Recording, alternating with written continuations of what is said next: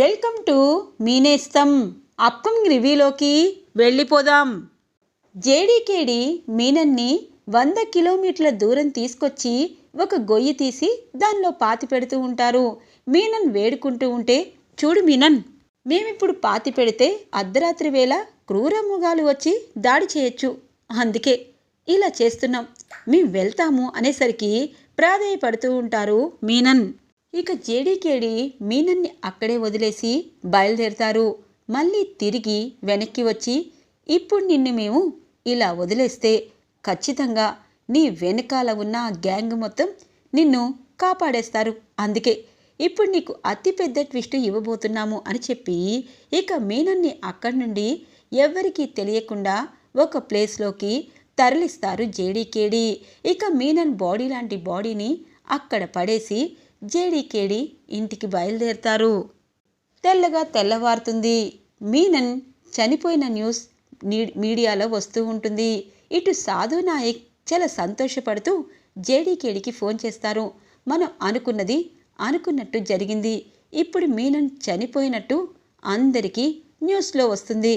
ఇక మీనన్ చనిపోయాడు కాబట్టి అటువైపు మంత్రులు, మాజీ మంత్రులు వాళ్ళ చేతివాటం తగ్గిస్తారు సార్ అని అంటుంది. తప్పకుండా జేడీ, అలాగే మీనన్ని ఎప్పుడు ఎక్కడ ఎలా బయటికి పెట్టాలో అప్పుడే పెడదాము. వాడు చేత నిజాలు కక్కించాకే వాణ్ణి జైల్లోకి పంపించాలి.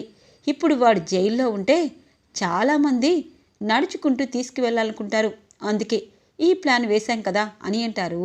ఇక సాధునాయక్, జైహో సార్, ఈ సీక్రెట్ మీకు నాకు రమ్యకి తప్పించి ఎవరికి తెలీదు అని చెప్పి అంటారు జేడీకేడి.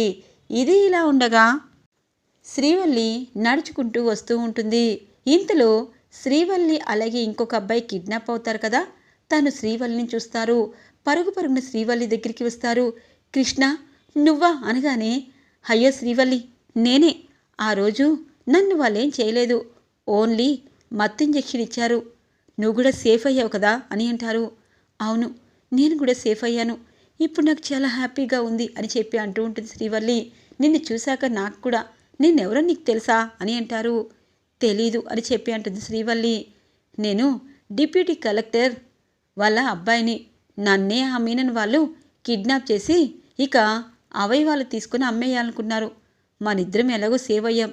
జేడీకేడి వాళ్ళు కూడా మీనన్ని ఎన్కౌంటర్ చేసినట్టున్నారు అనగానే, అవును, కానీ మీరు డిప్యూటీ కలెక్టర్ కొడుకా, సరే అని చెప్పి వెళ్తూ ఉంటే, ఆగు శ్రీవల్లి, ఎందుకు భయపడతావు, నేను మా డాడీని ఒప్పించాను అనగానే, దేనికోసం అని అంటుంది శ్రీవల్లి.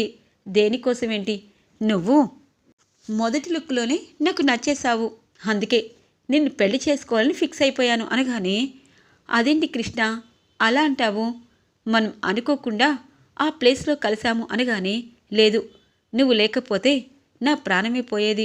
ఆ రోజు నువ్వు మీనన్ వాళ్ళని అటు తప్పించడం వల్లే నన్ను అవయవాలు తీసుకువెళ్ళడం కోసం స్లీపింగ్ ఇంజెక్షన్ ఇచ్చారు. ఇక నువ్వు ఆ స్లీపింగ్ ఇంజెక్షన్ విషయంలో వాళ్ళతో గొడవ పడేసరికి అది కింద పడిపోయింది. అప్పుడు నాకు మత్తు ఇచ్చినట్టు వాళ్ళు అనుకున్నారు, కానీ నిజం చెప్పాలంటే జేడీకేడి వీళ్ళందరూ వచ్చింది నాకు తెలుసు, కానీ నేను కావాలని నిద్ర నటించాను అని అంటూ ఉంటారు కృష్ణ. ఇక శ్రీవల్లి చాలా హ్యాపీగా ఫీల్ అవుతుంది. చూడు, రేపు ఖచ్చితంగా మా పేరెంట్స్తో మీ ఇంటికి వస్తాను, అలాగే మీ అడ్రస్ చెప్పు అని అంటారు.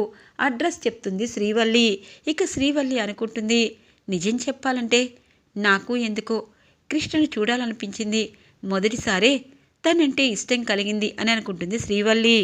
ఇక మీనన్ చనిపోవడంతో ఇక ఇటువైపు కౌశికి అలాగే ఊరి జనాలందరూ హ్యాపీగా ఇక చిందులు వేస్తూ టీవీలో కనిపిస్తూ ఉంటారు.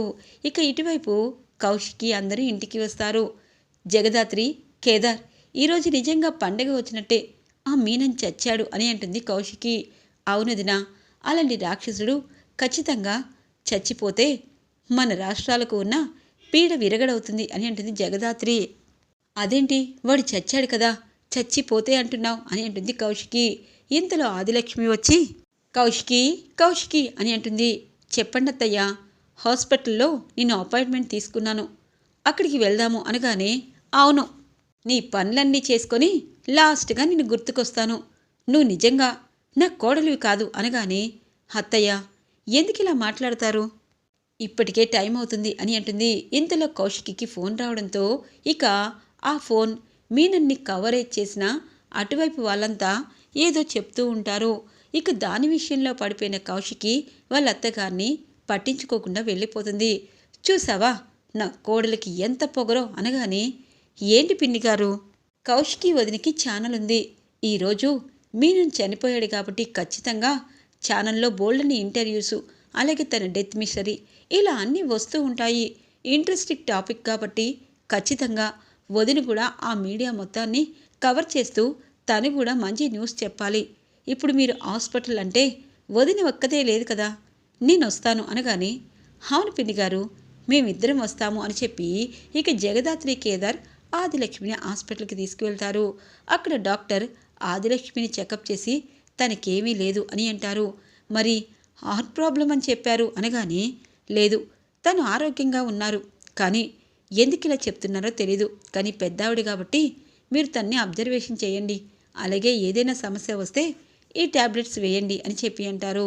ఇక జగదాత్రి కేదార్ కావాలనే ఇంటికి వచ్చింది దాత్రి, ఎందుకంటే అక్కని బాధ పెట్టడం కోసం అని అంటారు కేదార్. వదిన్ని ఆట పట్టిస్తే నేను చూస్తూ ఊరుకుంటానా? పద కేదార్, ఈవిడి గారికి ఇప్పుడు నేను అతిపెద్ద ట్విస్ట్ ఇస్తాను అని చెప్పి, పిన్నిగారు నిజం చెప్పాలంటే మీకు బీపీ 200కి కొంచెం తక్కువ ఉంది, అలాగే షుగర్ 500కి కొంచెం ఎక్కువ ఉంది. ఈ రెండు ఇంత ఎక్కువైతే మీ కాళ్ళు చేతులు పడిపోతాయంట. అందుకే ఎక్కువగా ఉప్పు కారాలు అసలు భోజనమే తినకపోతే చాలా బెటర్ అంట అనగానే, ఏం తినాలి మరి, నాకంత బీపీ షుగర్ ఏమీ లేదు అనగానే, అవునా మీకెలా తెలుసు, ఇప్పుడే టెస్ట్ రిపోర్ట్లు వచ్చాయి, అన్నీ ఎక్కువగానే ఉన్నాయి. మీరు ఉప్పు కారాలు తినకుండా భోజనం మానేసి ఓన్లీ పొద్దున్న ఒక ఫ్రూట్, మధ్యాహ్నం ఒక ఫ్రూట్, రాత్రి ఒక చపాతీ తిని పడుకోవాలని డాక్టర్ చెప్పారు. డాక్టర్కి తీసుకురానా మీ రిపోర్ట్స్ అన్నీ వచ్చాయి పిన్ని గారు అనగానే, లేదులే నాకు బీపీ షుగర్ ఉండే ఉంటుంది, హార్ట్ ప్రాబ్లం ఉంది కదా అని చెప్పి కవర్ చేస్తూ ఉంటుంది ఆదిలక్ష్మి. కేదార్ దాత్రి ఇద్దరు, ఈవిడి గారికి ఈ రోజు నుండి తిండి పెట్టకుండా ఉన్నామంటే ఖచ్చితంగా మంచివాళ్ళు ఎవరు చెడ్డవాళ్ళు ఎవరు తెలుస్తుంది అని చెప్పి జగదాత్రి అనుకుంటూ ఉంటుంది. ఇది ఇలా ఉండగా మీనన్ చనిపోయాడని న్యూస్తో ఇటువైపు ఇక మినిస్టర్ వాళ్ళంతా ఒక చోటికి చేరుకుంటారు. తాయారు అలాగే మినిస్టర్ మధుసూదన్ రావు ఇలా అందరూ ఇక మీటింగ్ ఏర్పాటు చేసుకుంటారు. మన కుడి చేత్తో పని చేయకుండా మీనన్ని అన్నీ చూసుకునేవాడు, అలాంటి మీనన్ని కోల్పోవడం చాలా బాధకరం. ఆ జేడీకేడి మనల్ని కూడా పట్టుకుంటుందేమో, మనం జేడీకేడిని అంతమొందించాలి అని అంటుంది తాయారు. తప్పకుండా, ఎందుకంటే తను ఉంది అంటే మనం ఖచ్చితంగా జైలుకి వెళ్తాము. మీనన్తో ఇప్పటిదాకా అన్లీగల్ పనులు చేయించి మీనన్ మీద తప్పు తేల్చాము, ఇప్పుడు మీనన్ లేడు కాబట్టి మన మీదకి వస్తుంది. ఏం చేయాలి తాయారు అనగానే, ఖచ్చితంగా చేయాల్సిందే చేయాలి, ముందు జేడీకేడికి ఆఫర్ ఇద్దాము అని అంటుంది తాయారు. ఇటువైపు మధుసూదన్ రావు వాళ్ళ అబ్బాయి అంటారు, లేదు ఒకసారి మనం కౌశికిని మీట్ అవుదాం అనగానే, కౌశికి కూడా తక్కువది కాదు, చాలా అంటే చాలా నీతి నిజాయితీకి పెట్టిన పేరు, అలాంటి కౌశికి విషయంలో మనం తక్కువ అంచనా వేయకూడదు. అలాగే ఇటు జేడీకేడి అటువైపు కౌశికి, ఇలా వీళ్ళందరూ ఒక బ్యాచ్, వీళ్ళందరూ మనల్ని టార్గెట్ చేస్తున్నారు. మీనన్ని చంపాడు కాబట్టి తర్వాత గుడి నీ మీదే ఉంటుంది అని అంటారు తాయారికి మధుసూదన్ రావు. తర్వాత నువ్వే కదా, ఇలా ఒకరు అనుకునేలోపు మనం ఇద్దరం లోపలికి వెళ్తాము, అందుకే జేడీకేడిని పిలిపించి మనం హ్యాపీగా ఒక డీల్ని మాట్లాడదాం అని అంటుంది తాయారు. ఒప్పుకుంటుందా అని చెప్పి అంటారు మధుసూదన్ రావు. డబ్బుకి మనుషులు దాసోహం కదా, రేపు తనకి తీయని తేనీటి విందు పిలిపించి కొన్ని కోట్ల రూపాయల వాల్యూ అయిన భూముల్ని అప్పగించేద్దాం, అప్పుడు పోలీస్ జాబ్లో ఏమొస్తుందని చెప్పి ఇక ఆ 1000 కోట్లలో ఉన్న కొంచెం ముక్క తీసుకొని హ్యాపీగా ఫీల్ అవుతుంది. ఇలా ఎంతమందినో మనం మభ్యపెట్టాం కదా అని అంటూ ఉంటుంది తాయారు. ఇది ఇలా ఉండగా జగదాత్రి కేదార్ చాలా సంతోషపడుతూ ఉంటారు. ఇక ఇటువైపు కౌశిక్ కూడా హ్యాపీగా ఫీల్ అవుతుంది. అత్తయ్య గారికి హాస్పిటల్కి తీసుకువెళ్లారు కదా, ఏమొచ్చింది అనగానే జరిగిందంతా చెప్తుంది. అలా అయితే కౌశికి, అమ్మి మీ అత్తగారికి ఏమీ పెట్టకూడదు. ఇప్పుడు మనం చికెను మటను వండి ఏదో మీ అత్తగారికి మంచి భోజనం పెట్టాలనుకుంటే ఇలా జరిగింది. రాయలసీమ స్పెషల్ అన్నీ చేసుండాము అని అంటుంది వైజయంతి. అమ్మో, ఈ జగదాత్రి కేదార్ అనవసరంగా నా వెనకాల వచ్చారు. ఇప్పుడు ఏమీ తిరగకుండా ఉప్పులు కారాలు మానేసి ఉండాలా? అసలు నాకు ఏ రోగం లేదు కదా అని అనుకుంటుంది ఆదిలక్ష్మి. ఇక అందరూ హ్యాపీగా భోజనం చేస్తూ ఉంటే ఆదిలక్ష్మి మాత్రం ఇక ఒక ఫ్రూట్ని కట్ చేసి ఇక తినడానికి సిద్ధమవుతూ ఉంటుంది. పాపం పిన్ని గారు, మీరు ఇక్కడున్నవన్నీ తినకూడదు, లేకపోతే మీకే మొదటిసారి గారెలు, నాటుకోడి మాంసం, అలాగే ఇటువైపు చికెన్ బిర్యానీ, దమ్ బిర్యానీ దాన్ని చాలా బాగున్నాయి, చాలా టేస్టీగా ఉన్నాయి అని అంటుంది జగదాత్రి. ఇటువైపు ఆదిలక్ష్మి మాత్రం లోపలికి కోపంగా వెళ్ళిపోతుంది. జగదాత్రి, అత్తయ్యకి ఇవంటే ఇష్టం అని అనేది కౌశికి. అయ్యో వదిన, తన హెల్త్ని బట్టి మనం తనకి వడ్డించలేదు అంతే అని అంటుంది జగదాత్రి. ఇక శ్రీవల్లి, కృష్ణ వాళ్ళ పేరెంట్స్ తీసుకొని ఇంటికి వస్తాను అంటున్నారు. వీళ్ళందరూ అతను డిప్యూటీ కలెక్టర్ కొడుకు కాబట్టి యాక్సెప్ట్ చేస్తారా? నిజం చెప్పాలంటే ఈ ఇంట్లో నేను ఏంటి అన్నది ఖచ్చితంగా అవతలి వ్యక్తికి తెలీదు. అన్నయ్య వదినికి నిజం చెప్తాను, అలాగే వాళ్ళు ఏదైనా హెల్ప్ చేస్తారేమో అని చెప్పి అనుకుంటూ ఉంటుంది శ్రీవల్లి. ఇక శ్రీవల్లి గార్డెన్లో కూర్చొని ఉండగా జగదాత్రి కేదార్ వస్తారు. ఇక కృష్ణ గురించి మొత్తం వివరాలన్నీ చెప్తుంది శ్రీవల్లి. అంటే మన ఇంటికి పద్ధతి ప్రకారం శ్రీవల్లిని అడగడం కోసం డిప్యూటీ కలెక్టర్ అయినా వాళ్ళ అమ్మ నాన్న వస్తారనమాట. శ్రీవల్లి, చాలా సంతోషకరమైన వార్త కదా, మరి ఎందుకు ఇంత దిగులుగా ఉన్నావు అని అంటుంది. వదిన, ఈ ఇంట్లో నా పరిస్థితి, నా స్థానం ఏంటి అన్నది వాళ్ళకి తెలియదు వదిన. ఈ ఇంటి ఆడపిల్లని అని చెప్పి వాళ్ళు అనుకుంటున్నారేమో అనగానే అది నిజమే శ్రీవల్లి. ఇంతకీ అత్తయ్య గారు కనీసం మీ నాన్నగారి గురించి చెప్పినా నీకు ఎటువంటి ఇబ్బంది ఉండదు అని చెప్పి అంటూ ఉంటుంది జగదాత్రి.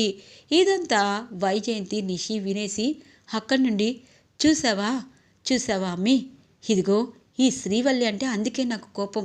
ఇప్పుడు అది ఎవరినో ప్రేమించింది, వాడిని తీసుకురావడం కోసం వాడి నాన్నని, వీళ్ళ నాన్నని నేను ముందుంచాలంట. వీళ్ళ నాన్న ఎక్కడి నుంచి తీసుకొస్తాను? ఆ సుధాకరే కదా అనగానే, మరే అత్తయ్య, మీ బాధ పగవాళ్ళకి కూడా రాకూడదు. ఇప్పుడు మీరొక నాన్నని సెట్ చేయాలేమో అనగానే, నోర్మి నిషి, ఇలాంటివా మాట్లాడేది? నాకు మీ మావయ్య తప్పించి ఎవరు ఇష్టం లేదు, తన కోసం ఏదైనా చేస్తాను అనగానే, అత్తయ్య అదంతా కరెక్టే. ఇప్పుడు ప్రస్తుతానికి శ్రీవల్లి వాళ్ళ నాన్న మావయ్య గారే అని చెప్తే ఈ ఆస్తికి వారసురాలు అయిపోతుంది. మీరే ఆలోచించుకోండి అని అంటుంది నిషిక. ఇక వైజయంతి ఆలోచనలో పడుతుంది. ఈరోజు రివ్యూ ఇలా ఇంట్రెస్టింగ్గా ఎండ్ అవుతుంది ఫ్రెండ్స్. రాబోయే రివ్యూ కోసం మా ఛానల్ని సబ్స్క్రైబ్ చేసుకోండి. Thanks for watching friends.